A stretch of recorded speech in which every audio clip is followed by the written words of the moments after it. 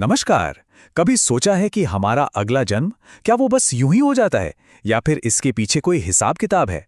गरुड़ पुराण कहता है कि हमारे इस जीवन का हर एक काम, अच्छा हो या बुरा, हमारी आने वाली जिंदगी की कहानी लिखता है।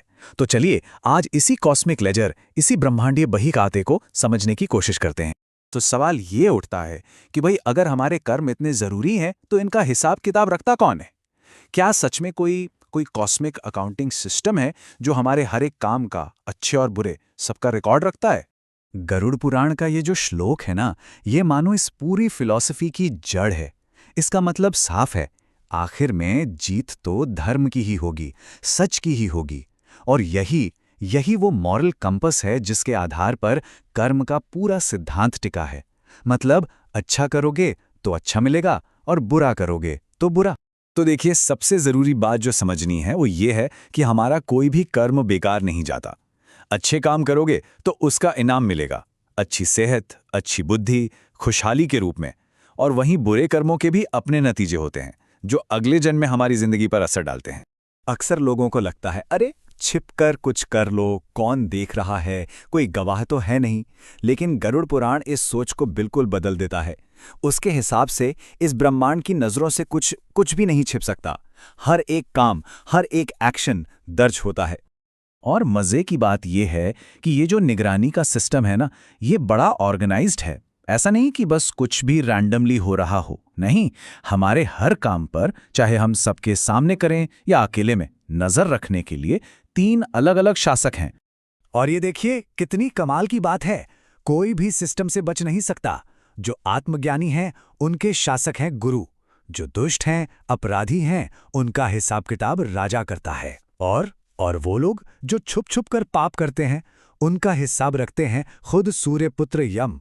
मतलब कोई भी कर्म अनदेखा नहीं रह सकता। अच्छा, तो फिर होता क्या है? मान लीजिए किसी इंसान की मृत्यु हो गई और उसने अपने पापों का हिसाब नहीं चुकाया, तो क्या होगा? गरुड़ पुराण बताता है कि उसकी आत्मा एक तय रास्ते पर आगे बढ़ती है। एक ऐसा रास्ता जिसका मैप, जिसका नक्शा उसी के कर्मों ने तैयार किया होता है। चलिए देखते हैं कैसा होता है ये सफर। ये जो प्रोसेस है ना, ये बिल्कुल साफ साफ बताया गया है। सबसे पहले आत्मा को अपने पापों के हिसाब से अलग अलग नरकों की तकलीफें झेलनी पड़ती हैं। जब वो सजा पूरी हो जाती है, उसके बाद आत्मा को धरती पर दोबारा जन्म मिलता है।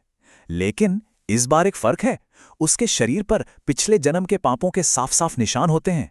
तो अब आते हैं उस कॉस्मिक लेजर के डिटेल्स पर। वो बहीखाता जहां हर एक कर्म का एक तय नतीजा लिखा है। गरुड़ पुराण में ना बहुत बारीकी से बताया गया है कि कौन सा पाप करने पर अगले जन्म में उसका असर किस रूप में दिखता है। जैसे कि एग्जाम्पल लेते हैं, अगर कोई सोना चुराता है तो कहते हैं कि अगले जन्म में उसके नाखून खराब होते हैं, डिफॉर्म्ड होते हैं।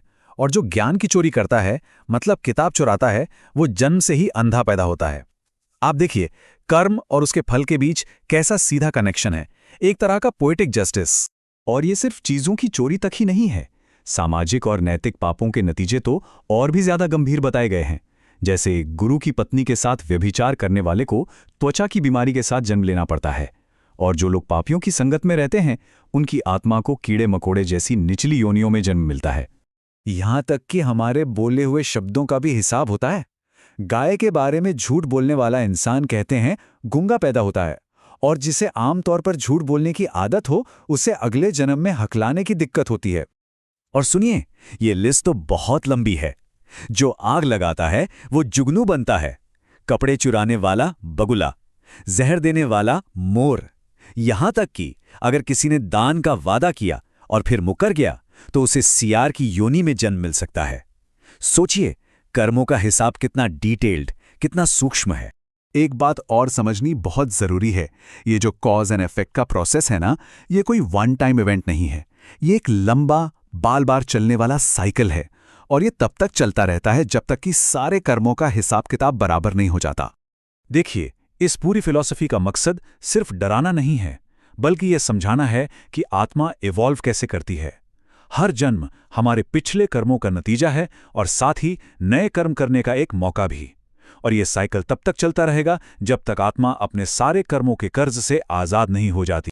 और गरुड़ पुराण के हिसाब से ये साइकिल सैकड़ों जन्मों तक चल सकता है।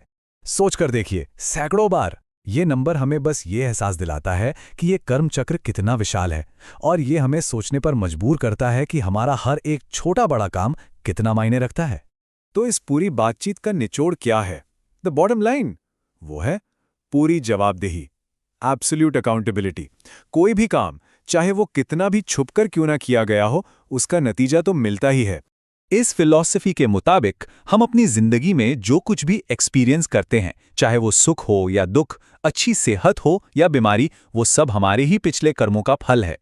ये एक ऐसा सिस्टम है जहां हर किसी को ठीक वही मिलता है जिसके बीज उसने खुद बोए थे। तो आखिर में हम उसी सवाल पर वापस आते हैं कि अगर कोई देख नहीं रहा तो क्या तब भी हमारे कर्मों का कोई फल होता है? और गरुड़ पुराण का जवाब है एक जोरदार हाँ। ये अदृश्य जवाबदेही का, पर्सनल रिस्पॉन्सिबिलिटी का एक बहुत गहरा विचार है। एक ऐसा विचार जो शायद हमारे हर एक काम को एक नया मतलब दे सकता है।